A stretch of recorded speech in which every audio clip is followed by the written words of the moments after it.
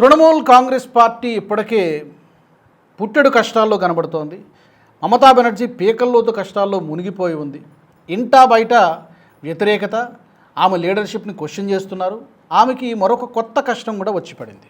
ఎందుకంటే ఈ మధ్యకాలంలో ఇవాళ పార్టీలో ఉన్నవాడు రేపు ఉదయానికి కనిపించట్లేదు. అలా ఉంది టీఎంసీ పార్టీ పరిస్థితి. ఆల్మోస్ట్ ఆమె సన్నిహితులు, అత్యంత సన్నిహితులుగా ఉన్నటువంటి వాళ్ళందరూ కూడా గుడ్ బై చెప్పేసి వెళ్ళిపోయారు. ఇటు అసెంబ్లీలో నెంబర్ చూసుకుంటే 60-61 మంది దాదాపుగా రెబల్ గ్రూప్లో ఉన్నారు. వేరే కుంపటి పెట్టుకున్నారు. ఇప్పుడు ఏంటంటున్నారంటే వాళ్ళు బల పరీక్ష ఫ్లోర్ టెస్ట్ పెట్టమని అడుగుతూ ఉన్నారు. ఫ్లోర్ టెస్ట్ పెడితే డెఫినెట్గా ఈమె పార్టీ గుర్తు, పార్టీ పేరు అన్నీ కోల్పోయేటువంటి అవకాశం ఉంది.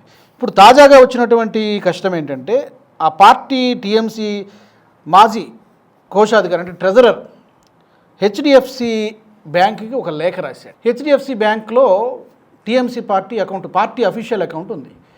ఈ అకౌంట్లో ఉన్నటువంటి మొత్తం పార్టీ ఫండ్ అంతటిని కూడా ఫ్రీజ్ చేయండి, ఎలాంటి యాక్టివిటీస్ జరగకూడదు, ఫ్రీజ్ చేయండి. యాజ్ అ పార్టీ ట్రెజరర్గా నేను లేఖ రాస్తున్నానని చెప్పి హెచ్డిఎఫ్సి బ్యాంక్కి ఒక లెటర్ రాశాడు. ఎందుకంటే ఈ మధ్యకాలంలో పార్టీలో చాలా గొడవలు జరుగుతున్నాయి. రెండు మూడు వర్గాలుగా పార్టీ చీలిపోయింది కాబట్టి ఇప్పటికే గతంలో ఇచ్చినటువంటి చెక్కులు ఏమైనా ఉంటే వాటిని మిస్యూజ్ చేసేటువంటి అవకాశం ఉంది. కాబట్టి యాజ్ అ ట్రెజరర్గా నేను రిక్వెస్ట్ చేస్తున్నాను బ్యాంక్ అఫీషియల్స్ని, ప్రస్తుతానికి ఈ అకౌంట్ని ఫ్రీజ్ చేయండి. ఈ అకౌంట్లో ఎంత అమౌంట్ ఉందనే దాని మీద రకరకాల కథనాలు నడుస్తున్నాయి. కొంతమంది 672 కోట్లు అంటున్నారు, కొంతమంది 1000 కోట్లు, కొంతమంది 2000 కోట్లు అంటున్నారు. ఆ లెక్క ఎగ్జాక్ట్గా తెలియదు. బట్ డెఫినెట్గా ఏదైనా కూడా 600 నుంచి 1000 కోట్ల మధ్యలో అయితే కనీసం ఆ పార్టీ ఫండ్ ఉంటుంది. ఎందుకంటే నిన్న మొన్నటి వరకు కూడా అధికారాన్ని చలాయించినటువంటి పార్టీ కాబట్టి టీఎంసీకి ఫండింగ్ ఇష్యూ ఏమి ఉండదు. ఇప్పుడు ఈ మధ్య మే 4వ తారీఖున రిజల్ట్ వచ్చిన తర్వాత పార్టీ ఇలా అయిపోయింది. కానీ నిన్న మొన్నటి వరకు 15 సంవత్సరాల నుంచి పవర్లో ఉంది కాబట్టి డెఫినెట్గా కనీసం 1000 కోట్లైనా ఆ అకౌంట్లో ఉండేటువంటి అవకాశం ఉంది. సో ఇప్పుడు ఈ అరూప్ బిశ్వాస్ ఇతని పేరు ట్రెజరర్ జూన్ 12వ తారీఖున హెచ్డిఎఫ్సికి ఈ లేఖ రాశారు. అందులో ఆయన పేర్కొన్నటువంటి ముఖ్యమైనటువంటి విషయాలు ఏంటంటే పార్టీ నాయకత్వం పైన చాలా తీవ్రమైనటువంటి వ్యతిరేకత ఉంది, కాంట్రవర్సీ కూడా ఉంది. వేరు వర్గాలు ఎవరికి వారే తమదే నిజమైనటువంటి టీఎంసీ అని చెప్పి ఎవరికి వాళ్ళే అనుకుంటూ ఉన్నారు. కాబట్టి ఈ వివాదం ఏదో, ఈ కాంట్రవర్సీ ఏదో తేలేంత వరకు దయచేసి ఈ అకౌంట్లో ఉన్నటువంటి డబ్బునంతటిని కూడా ఫ్రీ చేయండి. ఎలాంటి యాక్టివిటీస్ దీనిపై జరగడానికి, విత్డ్రావల్స్ కానీ డిపాజిట్స్ కానీ ఏమీ జరగకూడదని చెప్పి అతను లెటర్ రాశాడు. ఇప్పుడు దీనికి సంబంధించి మమతా బెనర్జీకి ఒక పెద్ద షాక్ లాగా కనబడుతోంది. ఇప్పటికే పార్టీకి నిధులు లేక నాయకులు దూరం అయిపోయి, ఎమ్మెల్యేలు దూరం అయిపోయి, ఎంపీలు కూడా దాదాపు హ్యాండ్ ఇచ్చేశారు.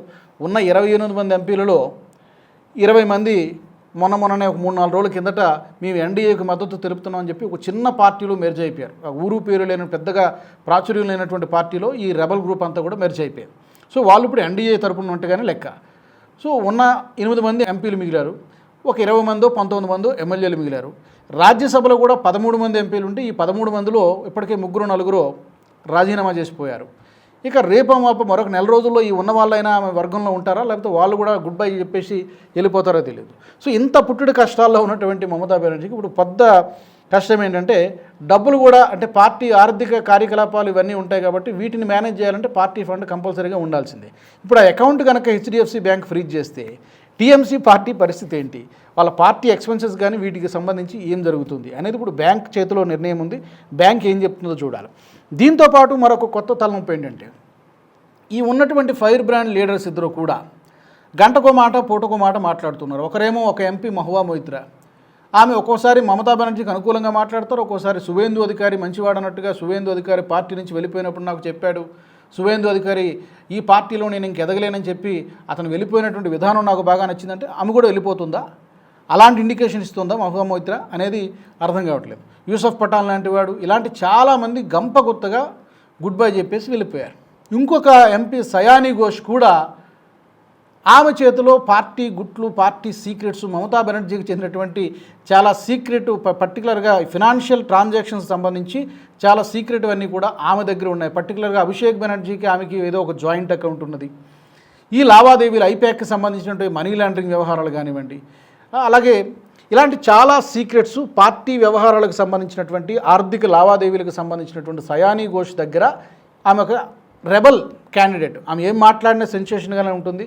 సో ఆమె ఏమైనా నోరు విప్పితే, లేకపోతే ఆమె కూడా ఏమైనా పార్టీ సీక్రెట్స్ బయట పెడితే డెఫినెట్గా పొలిటికల్గా అదొక పెద్ద సెట్బ్యాక్ అవుతుంది.